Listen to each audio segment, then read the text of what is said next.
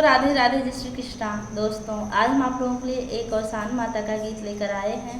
आप लोग वीडियो को फुल वॉच करके देखिए और यह गीत आप लोगों को कैसी लगी कमेंट में जरूर बताइएगा। हमरी अवसान मैया बड़ी सुंदरी, हमरी अवसान मैया बड़ी सुंदरी, ओ तो डोला चढ़ी आवेली हमारी नगरी, ओ तो डोला चढ़ी आवेली हमारी नगरी।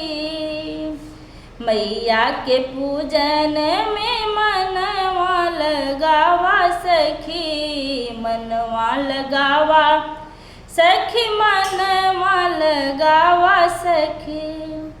बनी है महलिया हटई है झोपड़ी मैया, बनी है महलिया हटई है झोपड़ी, ओ तो डोला चढ़ी आवेली हमारी नगरी, ओ तो डोला चढ़ी आवेली हमारी नगरी।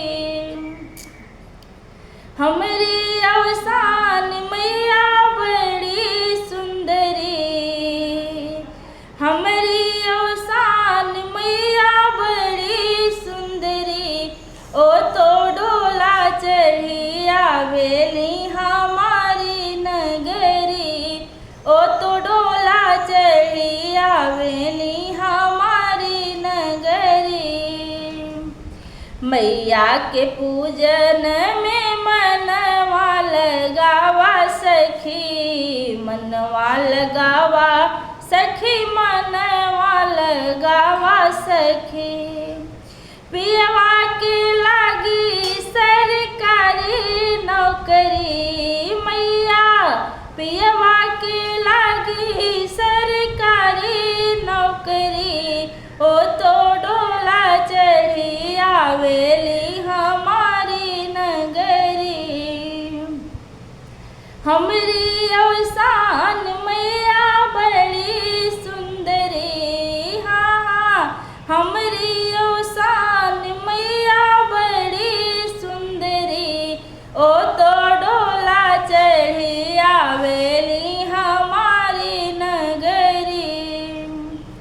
मैया के पूजन में मनवा लगावा सखी, मनवा लगावा सखी, मनवा लगावा सखी।